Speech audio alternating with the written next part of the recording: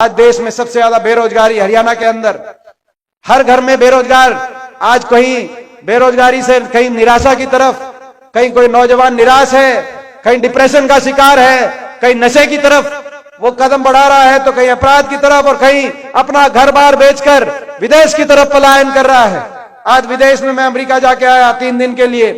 वहां पर इतने नौजवान हमारे, कोई अपना डंकी के रास्ते अपनी जान हथेली पे रखकर 50-50 लाख अपना कहीं अपने घर बार बेचकर, कहीं अपने गिरवी रख के 50-50 लाख का लोन उठाकर और अपनी जान हथेली पे रख के पनामा के जंगलों के रास्ते और जो मैक्सिको की दीवार कूदते तो गांव के अंदर पटाखा फूंकता है। खट्टर साहब, आज ये मैं आपको बताना चाहता हूं, आपकी जानकारी में मैं लाना चाहता हूं।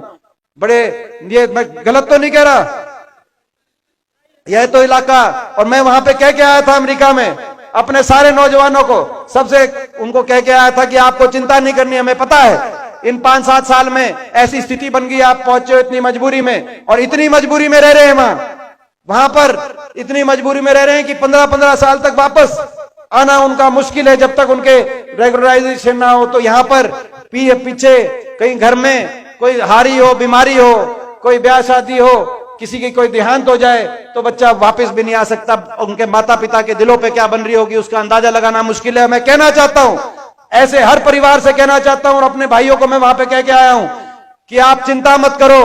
आप ये मानना, आपका एक बेटा अमेरिका में है तो दूसरा बेटा आपका दीपेंद्र हरियाणा में है, कहीं कोई आपको कमी नहीं आने देंगे। कहीं जरूरत होगी तो आपके साथ खड़े हैं, और आने वाले समय में हरियाणा में इस परिस्थिति को बदलेंगे, और हरियाणा में ताकि विश्व स्तरीय आपको यही अवसर मिले, यही रोजगार मिले।